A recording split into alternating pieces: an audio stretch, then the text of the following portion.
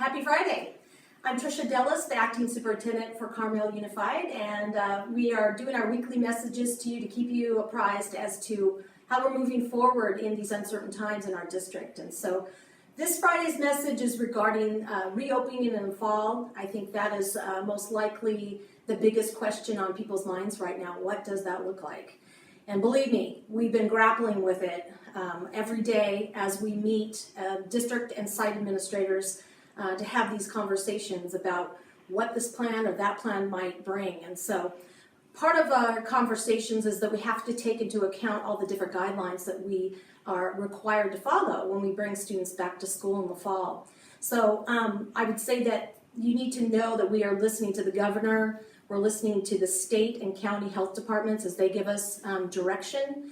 We also have the CDE, who had put out last week our Stronger Together document that we're all perusing through, all 62 pages or something like that.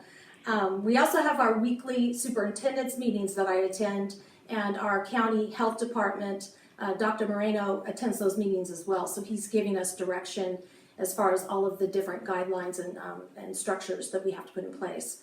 Some of those are the social distancing, 6 feet, and you can imagine how challenging keeping students apart 6 feet in a classroom or on a school bus might be. We're also looking at having to take temperatures of staff and students every day. And then also face masks. Those seem to be a really hot topic, especially for our younger students. They might be required to wear those on campus, and so we're sort of figuring out what all the different layers look like in those conversations. So a lot to consider, and many people involved telling us what we have to do to keep people safe, and we take that very seriously. In addition, I would say that over the last several weeks, our principals have been dialoguing with their teachers and their classified people on their campuses to get their input. District has been pushing out to those groups as well. We have a strong relationship with our unions, and so our union partners are working with us to keep our staff safe. Our staff and teachers have concerns, as they should, to their well-being as well. So really trying to pull in as many parties as we can to get that input on what it might look like. We have surveys. A staff survey went out last night, and we are sending out a parent survey in the next day or two to get your feedback as to what might be important to you as you look at the fall and how that might impact your family and your children as we make these decisions.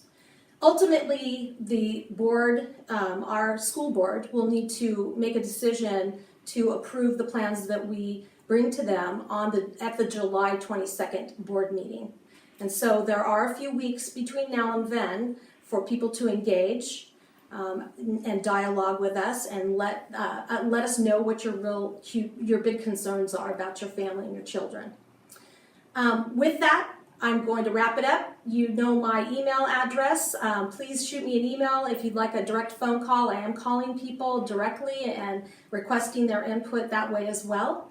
We want to hear from staff. We want to hear from the community, parents, students. We're here for you, and we want to make this a safe, productive year coming up. Thank you.